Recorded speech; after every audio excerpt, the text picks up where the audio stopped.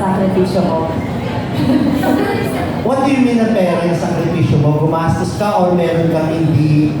Well, ginastosan ko to pinautang ko. Kasi, Hanggang ngayon hindi ka pabayaan? Oo, pero hindi ako magmahal all out ka pa. Oo. Anong kailangan mo? Gano'n. Ay, yun yung pinaka-craziest. Pwede ba sumunod kung magkano yung pinautang mo?